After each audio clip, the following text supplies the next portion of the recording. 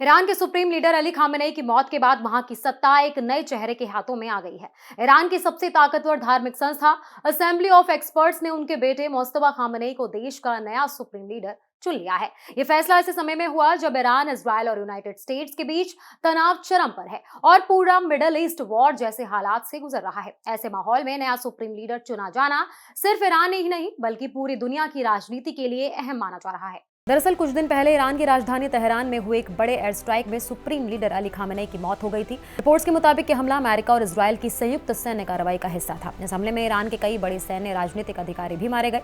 Ali Khamenei लगभग 3 दशकों से ज्यादा समय तक ईरान के सुप्रीम लीडर रहे। 1989 में उन्होंने रूहुल्लाह खामेनेई के बाद ये पद संभाला था और देश की धार्मिक, राजनीतिक और सैन्य नीतियों पर उनका सीधा प्रभाव था। उनकी मौत के बाद पूरे ईरान में शोक का माहौल बन गया और सत्ता के उत्तराधिकारी को लेकर अटकलें तेज हो गई थी। कई दिनों की चर्चा और विचार विमर्श के बाद आखिरकार असेंबली ऑफ एक्सपर्ट्स ने मोस्तफा खामेनेई को देश का तीसरा सुप्रीम लीडर घोषित कर दिया। बताया जा रहा है कि उनकी उम्र करीबन 56 साल है और वो लंबे समय से ईरान की धार्मिक और राजनीतिक व्यवस्था से जुड़े रहे हैं।